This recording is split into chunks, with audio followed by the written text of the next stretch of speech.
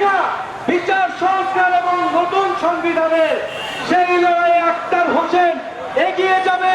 আপনারা থাকবেন আমাদের সাথে ইনশাআল্লাহ।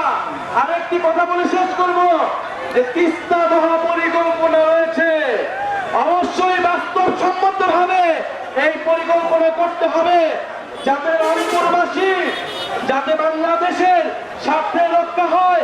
কোন অন্য দেশের স্বার্থ রক্ষা করে পরিকল্পনা করা হলে সেটা কিন্তু বাংলার জনগণ, রংপুরের জনগণ মেনে